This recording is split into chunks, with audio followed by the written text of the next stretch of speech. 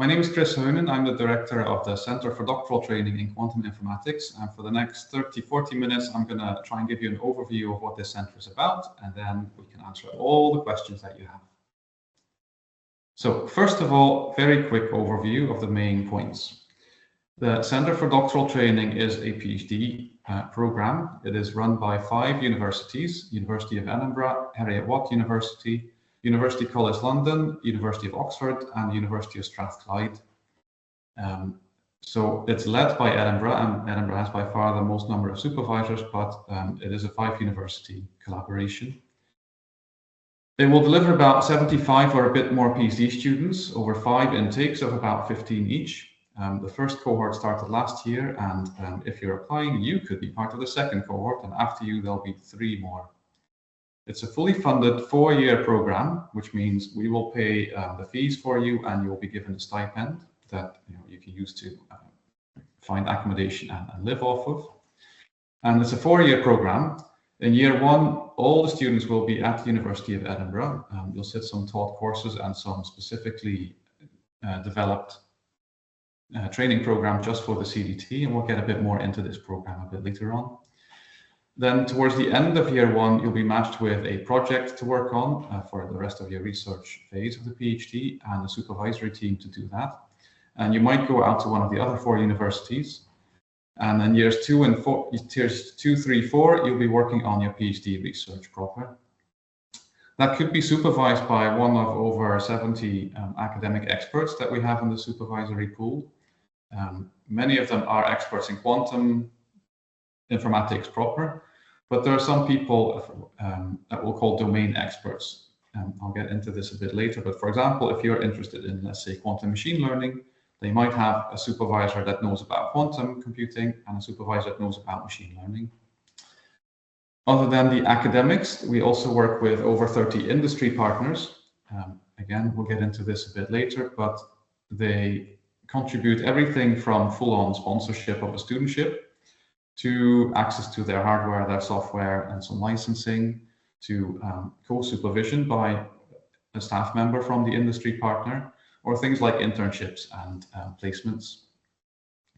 For people that are not so much interested in going into industry, but that have ambitions for academic career after the PhD, we also have agreements with over 10 international universities with centers in the same kind of direction, so that instead of doing an internship at a company, you might go on an extended research visit at one of these universities. So that's the very quick overview of all the highlights.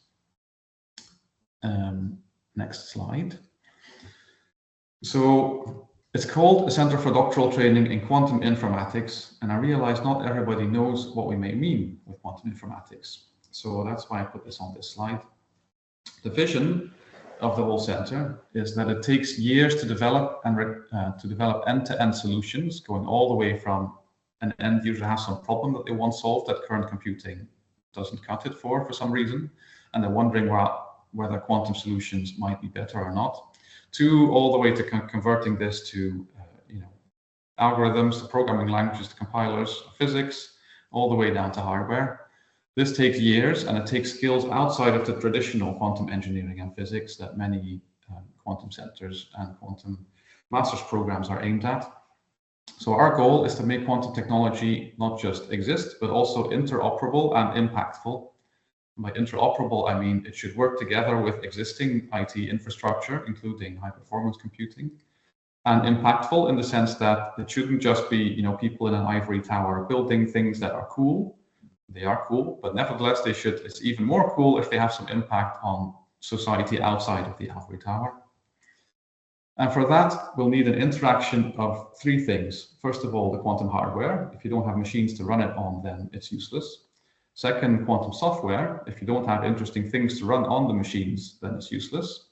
And third, applications. If you're computing something that nobody cares about at the end of the day, then it's still useless. A fourth point is that we have a fairly big emphasis on social and ethical implications of innovation in quantum informatics, in the sense that this is a new technology and it could disrupt society in a big way, and we would like our students to be aware of the role they're playing in society when they wield all this power. Having said all this, it's a fairly unique collaboration of academia, industry, and government, all sort of pulling in this direction of this vision.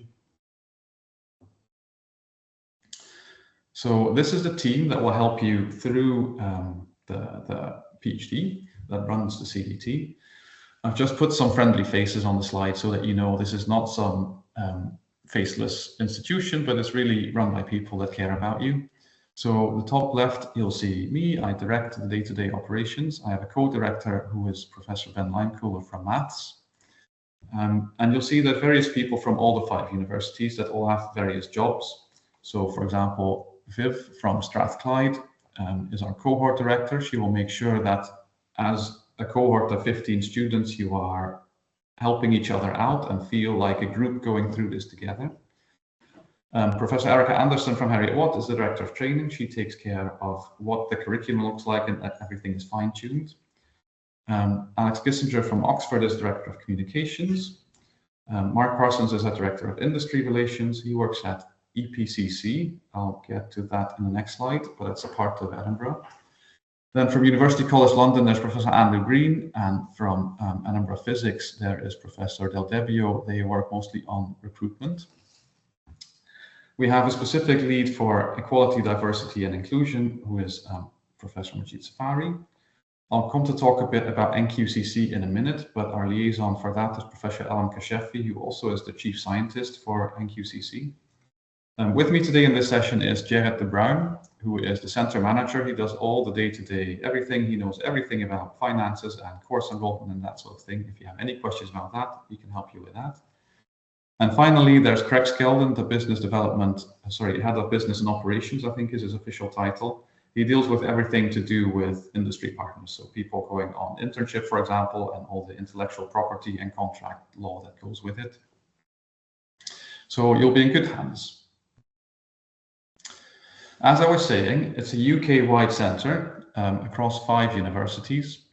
And I want to emphasize that it's not just these 5 universities, but it's also within the universities, not just, for example, computer science, but we take in students on purpose from a range of backgrounds, all the way from computer science, maths, physics, to engineering, and maybe even material science or other related fields. And the whole point is that we want this cohort to consist of people from various backgrounds to learn to speak to each other and learn from each other while they're learning other stuff about quantum informatics. Because it really is an interdisciplinary field and you need to know a bit of everything to make it work. To that extent, we have not just 5 universities, but some, I'm not sure what they're called, governmental or maybe third sector partners. So at the bottom here, there's a logo for EPCC, which I mentioned. This is it used to stand for Edinburgh Parallel Computing Centre, but they don't want to be known like that anymore. Now it's just EPCC.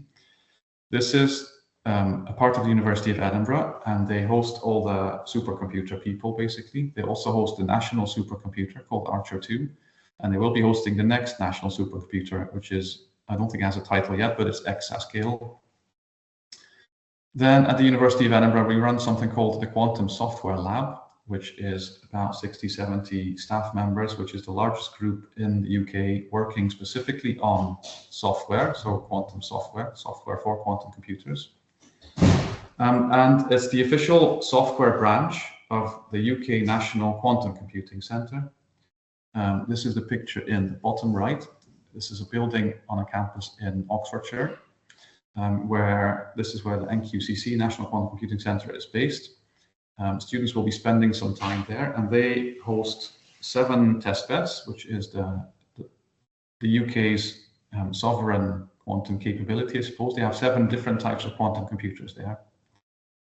And then we also work with the National Physical Laboratory, which is, the name sort of says it. They work on the standards for metrology and that kind of thing. And the Hartree Centre, which is one of the national labs for supercomputing again.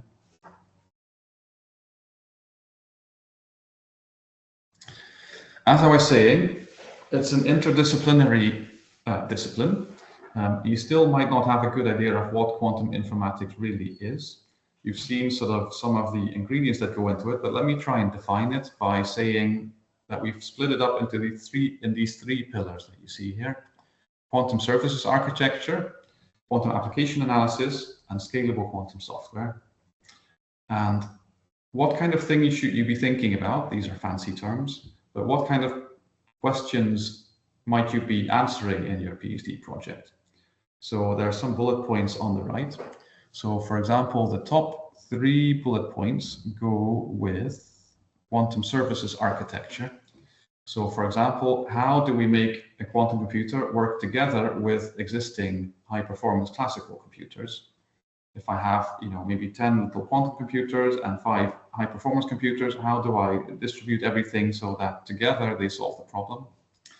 Or if I don't have a quantum computer, how can I maybe simulate having one on a classical computer so that I can sort of test drive without using the expensive equipment, if it's going to work when I eventually put it on the expensive equipment? Or how can I build new multi-party quantum communication protocols? So we know there exists quite exciting protocols that are just plain impossible with classical communication networks that you can do if you have multiple quantum devices. They don't have to be full-fledged computers, but quantum devices like phones sort of communicating with each other. Then the middle 4 bullet points are to do with scalable quantum software. And you might be thinking about questions like, how can I compile an application specification into hardware instructions? So I know I want to solve this and this problem. I know I can write down a sort of piece of code that solves the problem in a quantum setting. How can I turn that into actual instructions for quantum hardware saying, shoot the laser for this and this long? Or how can I, with the fixed expensive quantum hardware that I have, how can I make sure I can run more larger computations on it or faster? Because there's all kinds of software tricks you can pull to optimize things. A very basic one, if you have some quantum protocol and you execute it in a hardware, how can you verify that it in fact does what it should do? Because you can't really inspect halfway that the quantum computer is doing what it promises. If all is well, it should not know what it's doing, and only at the end of the day should it give you an answer, and then you can check the statistics. So how can you benchmark and verify that everything is going as you want it? And also, can we find new quantum algorithms that solve either new problems that we didn't know we had before, or existing problems in a faster way or more resource efficient way? And then the final, I think it's 6 bullet points, are about quantum application analysis. So this can go very foundational, from what does it mean, what is quantum information in the first place? We sort of know how to measure it, and we know how to store it and transmit it, but what is it really, and what laws does it satisfy? We know that the current quantum hardware has lots of errors on it. So if I store a quantum bit on a piece of hardware, I better not leave it there for a while, because after a while it will have just gone.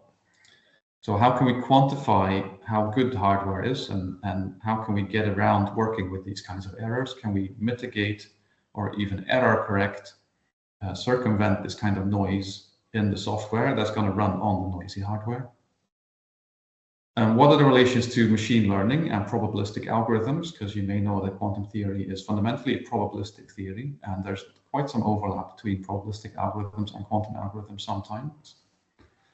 And finally, sort of very foundational physics.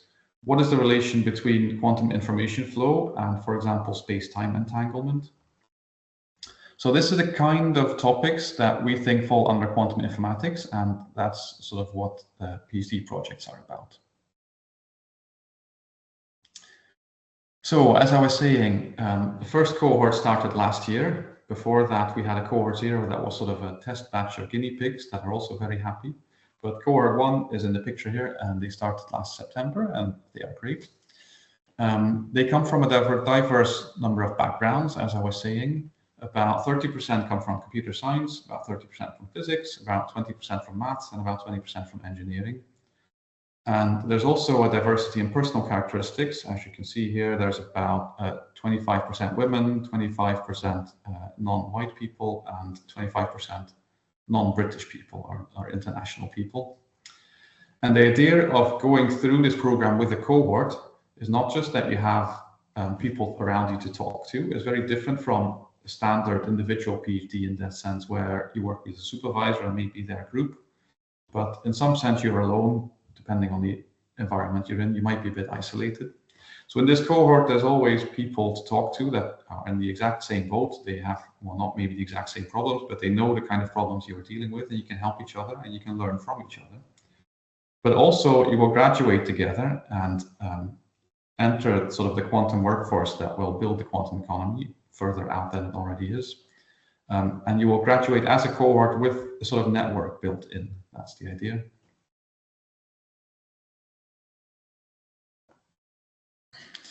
Now I'm going to give you some examples of the kinds of career you could be doing if you go through this program afterwards. I'm going to give you 3 examples of people that have graduated before. So they didn't go exactly through the CDT program as it is today, but to precursors of it. And before I go there, maybe you have done your homework and you will know that the estimate by, for example, McKinsey and Company is that quantum technology more generally and quantum informatics and computation specifically by 2035 is going to be a global market of about $70 billion US. So it's huge. And the demand for qualified personnel outstrips the supply by 3 to 1. So you'll be in a very good position finding a good job. Maybe a bit closer to home, UK quantum startups hired more staff in 2022 than the entire national quantum technologies programs trained in the 5 years prior. So people are really, companies and industry and government are screaming for people that know what they're talking about. And this is what the CDT program will help you acquire. So the first person on the slide here is New York DKR. She finished her PhD in 2023. And it wasn't a fairly theoretical topic. Her thesis was called The Theory of Localizable Monads. So this is sort of pure theoretical computer science applied to quantum physics. And she developed techniques that sort of isolate, if you have a quantum computation in an abstract sense, sort of where do parts of this thing act? Where do everything live? After that, she went to work for a company called Quantum Control in Sydney, Australia, where, as far as I know, she still happily lives. And they build control software for quantum hardware. So think about device drivers, kind of. The second person on the slide is Andrew Georgiou. He finished his PhD in 2018 on a mathematical investigation of quantum communication and quantum crypto protocols. His title was Robust Verification of Quantum Computation. The verification in the sense that I was talking about, saying how can you make sure that this protocol actually does what it's promising to do, and robust in the sense of how much noise or how many errors can I tolerate on the communication lines before everything falls apart. So he developed some techniques to verify correctness of quantum computation on noisy hardware. After that, he went into an academic career path. First, he did a postdoctoral research stint at California Institute of Technology in the US. Then he went to ETH in Zurich, and then he went to an assistant professorship in Chalmers University in Sweden. And since a year or so ago, he now works for IBM on their quantum computing team. Third person on the slide did his PhD the longest ago. He finished in 2016. His title was Efficient Verification of Universal and Intermediate Quantum Computing. And this was about techniques to decrease complexity of cryptographic methods. So if you have some sort of quantum communication protocols, how can we make it more efficient, make it run faster or with less communication between the parties? So whereas New York went into an industry sort of career and Andrew went into an academic career, Theo went into a sort of third sector or government career. He spent a postdoctoral period at the University of Warwick and then started working for the UK National Quantum Computing Centre, where he still is. So those are the kinds of things you can envision doing after going through the CDT. Oops, sorry, I meant to go forward. And then I have 3 examples of current PhD students and the kind of projects they are doing. The first one here is Maria. She's in her 2nd year now. Her PhD title of her project is Towards Scalable Heterogeneous Distributed Quantum Computing. So scalable means you want to do this at scale, not just things in the lab or sort of Gedanken experiment kind of scale things with 2 parties, 3 parties, and 5 qubits each, but properly big. Heterogeneous means the network consists of not just people with quantum capability, but also people with classical capability and maybe some other analog or GPU or whatever computational capability, and various ways of communicating between them. And distributed quantum computing means you have this network of all these heterogeneous capabilities, and you have some computation that you really want to do, but it's too big to fit on each one of to give to one of the people in the network. Can we somehow, chop it into pieces, give pieces to different people in the network, have them communicate amongst each other, so that at the end of the day, we can put everything together and still solve the big problem? And you can read over here sort of a bit more detail of her description, and the slides will be distributed after, I think. I'm not going to read it out to you. Maybe one thing to say is she partners with a company called VeryCloud, which sponsors parts of her PhD. This company works on distributed communication protocols, and that is helpful for her. Second person project I'm going to highlight is Mario, who's also in his second year. His PhD project is titled Opportunities and Obstacles in Quantum Machine Learning. Now, quantum machine learning, you may think this is just stacking buzzwords on top of each other, because quantum computing is kind of hot and machine learning is kind of hot. Why don't we put the two together? But this is an actual thing, and it sort of works as follows. Quantum hardware is expensive, and we don't really know well how to run it yet. So what happens is you put what's called an ansatz program on a quantum computer. So this is a program that has some holes in it, because we don't really know what the best program to run is. And it might be some angles of some rotation gates, for example. We run the program, we guess some parameters, we run the program, we get some statistics out, and then we feed that to a classical machine learning algorithm that sort of says, maybe, tweak the parameters like this and like that, and you get close to where you want. We feed that back to the quantum computer again, run it again, and there's this sort of feedback loop. And at the end of the day, you get an outcome that you want. And that's what's called quantum machine learning. And the third project I'm going to highlight is Vaiksi, who's also in his second year now. His title is Quantum Algorithms for Material Simulations. So one of the fields that is often touted as being the first to be able to benefit from actual quantum computation is material simulation, where people want to see how different molecules interact when they undergo certain chemical reactions, down to the electron scale. This is something that chemists, they know the theory for, but they cannot simulate because it just gets too computationally expensive, even on the most powerful classical supercomputers we have. But quantum computers are different because they're sort of made of quantum stuff, so they can sort of do the simulation natively. And Vaiksi is looking at algorithms to either simulate existing materials or in fact find new ones for certain with certain properties that we might like.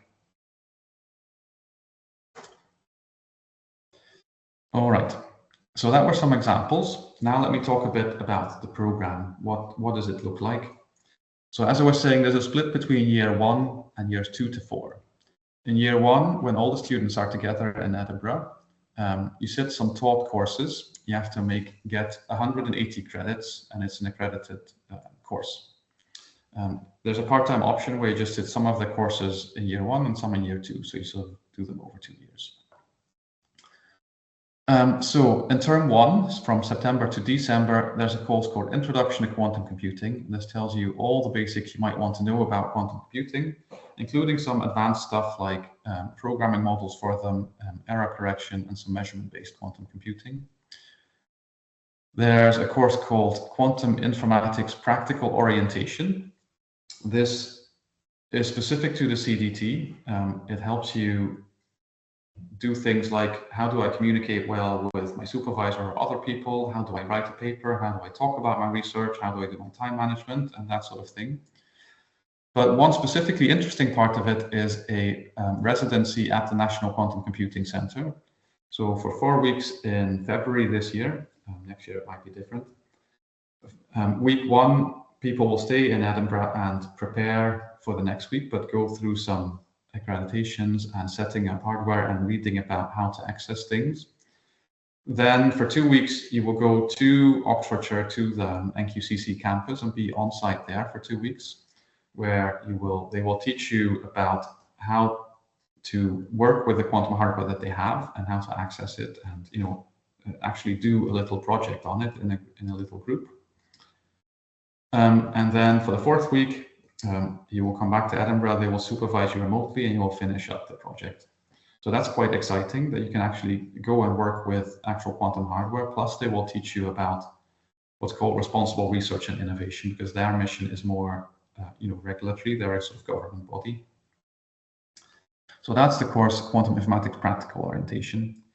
Then there's a course called Topics in Quantum Informatics, in which basically all the supervisors in the supervisory pool come and give a 20-minute talk saying, this is who I am, this is what I think are interesting things in the field, this is my specialism, this is what I think are challenges, and this is the kind of projects I think would be interesting to work on, so that you get an overview of not just what the field is about, what challenges are out there, but also what people are possible supervisors for a project. We'll talk a bit about that later on, I think, but basically at the end of that course in early January, early February, you will have seen all these topics. Then you make a list of these are the kinds of topics I'm interested in, and then a matching process starts. And at the end of that matching process, in collaboration with both yourself and the supervisors and whatever other resources are required, you'll be matched with a project and a supervisory team, and that will be your project from then on. And in term 3, which is the summer period, you'll be working on that project with the goal of building it from sort of a half-page description out into a fully fledged proposal for a PhD research. So it's a bit like a little master's project, if you like. And the idea is you can get used to this topic. Is it the right one for me? And get used to the supervisory team. Is there, does this work? Then also the first 2 terms, there's a quantum informatics group project, again, specific to the CDT, where you'll be put into a group with about 3, 4, 5 others. The idea is that this group will have, one mathematician, one computer scientist, one physicist, one engineer, people from different backgrounds, where in the first term, you will read some papers from all of these backgrounds, because you will find that papers are written quite differently, and it takes a different sort of mindset to understand papers from these different areas. So you can learn from each other how to read these sort of things and what kind of things they put emphasis on. And in the second half, with your little group, you will work on a project to solve an actual problem. And then the first year is rounded out by 2 elective courses in the first term and 2 elective courses in the second term. And on the next slide, I think I have many, many examples of them. So we'll get to that then. And that's the first year. Then in the second year, when you have a PhD project to work on and a supervisory team, it is much more individual. You will still come together as a cohort every so often, and you will probably be co-located with a lot of your cohort. But in practice, it is now you have your own topic and you are the one working on your topic. It could be that this is very different from everyone else's. To keep the cohort sort of a bit together, there'll be some peer-to-peer learning seminars. There'll be a residential symposium where we take everybody off-site and talk about what they're doing. There's a spring school every year where we will have advanced lecturers coming from outside for a week somewhere off-site, where everybody is together and you can learn about topics that you find interesting. The students have a vote in what kind of topics are talked about and how it's set up. Then there's 2 things over here which are slated flexibly somewhere in years 3 and 4, most probably, depending on what your preference is towards what you might want for a career afterwards. If you're interested in working with industry partners, you could do an internship or a placement with a partner. Some people do this just to see what it's like to work in a company for a while and to check out whether that's for them. Some people do this because it's part of the sponsorship for their PhD studentship. Some people do this because they want sort of an in at a company to not just check out what it's like, but actually maybe with the idea of staying there after graduating. And as I was saying, if you're more academically inclined, you might not be interested in going to see what it's like at a company, but you might be interested in seeing what it's like at a different research group somewhere at another international university. So you can spend an extended research visit there. And then for students that are so inclined, there's an entrepreneurship program that I think I have a slide about later on, so I'll get to that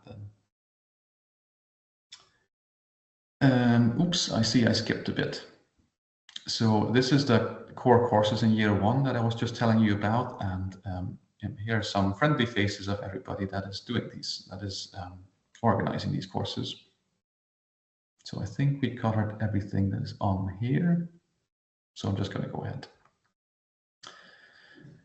This is a list of all the elective courses you could take in year one. So the idea of year one is very much that we bring the whole cohort up to a standard sort of knowledge level, a common knowledge level of quantum informatics. So that may mean if your background is in engineering, you may want to take some math courses, or if your background is in computer science, you might want to take some courses in the physics of quantum physics. Here's a list of courses we suggest, but in principle, you could take all kinds of courses as long as they fit together in a coherent program. That's an opportunity to, elevate your knowledge level. Then here we have a slide about what a typical week looks like. I'll try and not read it out, but sort of paraphrase a bit. So this is Maria, the person who I told you about her project a bit earlier on. She's in the picture on the left there. She starts the typical week by mapping out what she needs to do. So basically making a to-do list for the two core courses that she was then sitting. And if there's any time left, she'll do some research. And in this case, that means a group project meeting. Day to day, she goes to the office, has some coffee, and the office that the first year students are in is a nice mix of quiet work areas and social spaces. And she sometimes likes to work focused and silent spaces, and sometimes likes to have a chat to wind down. Typical week, she goes to about 2 to 3 research talks on some topics, which is a great way to learn about what's going on and to get a sort of friendly introduction to a certain topic before you actually hit the books yourself and learn all the details about it. Some of the highlights she finds in her week is that the office is a good balance of concentration and connection. She likes to go to the gym just because it's convenient and it sort of gets you out the door and active. There's yoga that she likes to do, and she likes to recharge. So it's not all about the research, and you also need to think about yourself as a person. Socially, she really likes starting out as a cohort, and it's great to have this group built in so that she didn't feel like she has to do everything herself. For many of you, and I guess most of the current students, it will be the first time in Edinburgh, so we sort of need to build a new life, if you like, and find some new friends and find some activities to do. And she's saying there's a lot of social opportunities for that sort of thing. So she, for example, on the bottom 3 pictures there's a puzzle area, which is a middle picture where some of the cohort likes to do jigsaw puzzles, and some hikes up what's called Arthur's Seat. So that's what a typical week will look like in your first year. Then, as I was saying, we work with about 30 industry partners. Here's some logos of some of them. I don't think it's all of them. So if you're interested in doing an internship in some of these companies, that's the kind of thing we can talk about. And depending on how your studentship will be sponsored, you might have a co-supervisor from one of these partners. Here's a list of logos of the international universities that I was talking about, where in your 3rd or 4th year you might go for a extended research visit. In principle, you could go to other places, and we're open to that, but we've sort of handpicked these because they are renowned centers around the world for research and training in similar topics as in the vision of this Quantum Informatics CDT. There's lots of other activities. I mentioned the Spring School and Residential Symposium and reading groups, but there's also many seminars that you could go to. There's many workshops and outreach activities and public engagement things. Maybe one thing that I didn't really emphasize yet is every student will have a supervisory team of 3 supervisors, which will typically be 1 expert in quantum computing, one what we call domain expert, and that could be somebody on machine learning, it could be somebody on foundational physics, but it could also be somebody on communication complexity, say. And possibly a third supervisor, either from an industry partner or from a totally different field, as a sort of wildcard person to bring in extra knowledge. As I was also saying, there's many other social events. There's board game nights, there's table tennis tournaments, and people organize all kinds of things. In terms of support, there's a dedicated computing support officer. Jared, our center manager, is there every day to help you with all your needs. There's a center administrator and a business development manager. And generally, there's very many well-being resources around the university. Then let me say a bit about the entrepreneurship program in years 3 and 4. For students based in Scotland, that will be run by the Venture Builder Incubator. And for English-based students, that will be run by Conception X. Both of these are programs of about 8 to 10 weeks where you learn to commercialize and mentor and get access to business advisors and investors and researchers and sort of build an industry network for people that are so inclined. The statistics say that about 1/3 of people are interested in going through this kind of programs.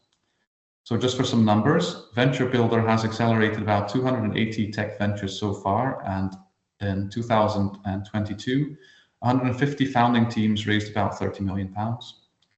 Conception X has similarly founded about 350 founding teams, and they raised also about £63 million since 2018. So these are, sizable, respectable things that can help you on your way if you want to do a spin-out company or startup company. Then we're nearing the end. I'm going to talk about more specifics. If you're very interested in applying, and you're very welcome to, the process is like this. We would like some documentation from you. First of all, your CV, in which you can describe your background in any form you like. It doesn't have to be the standard sort of bullet point list, but we ask you to do limit it to 2 pages. Otherwise, we have too much stuff to read. We're going to ask you to write a statement of intent, in which you can describe any previous experience, but the point is we would like you to demonstrate motivation and ability in any form that you like. So this could be talking about a master's project that you've done. It could also be if you've worked in a company, sort of a project you've done there, but generally show sort of why you think you are a good fit for the Quantum CDT. Again, 2 pages max. Then you have to submit 2 letters of reference. Officially, they have to be on official letterhead. They have to be signed and dated and less than a year old, of people that can speak to your ability and motivation. So again, this could be, for example, your master's project supervisor or some manager at the company that you've worked at, or somebody that knows you or your work relatively well. You have to send us your certificates and transcripts so that we can check that you actually have the qualifications that you claim to have.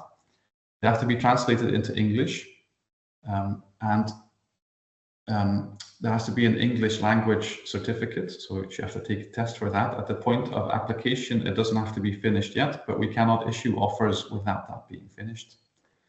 And separately, we will ask you to fill a demographic survey, just so we can check statistics of people from which backgrounds are applying and at what stages in the application process these balances change, just to fine-tune our purposes. This is purely anonymous. It is linked to your application, but we will not access it for anything else than demographics. It does not have any effect on whether you'll be selected or not. So the timeline, applications are live now. You can go to the website. There'll be a QR code later and a link. You can click the Apply Now button, and it will take you through to the page where you leave all the documents that I was just talking about. The deadline is early January 2026. We expect to have interviews in March or April of next year, and then outcomes offers made in April, so that people are ready to start in September of next year.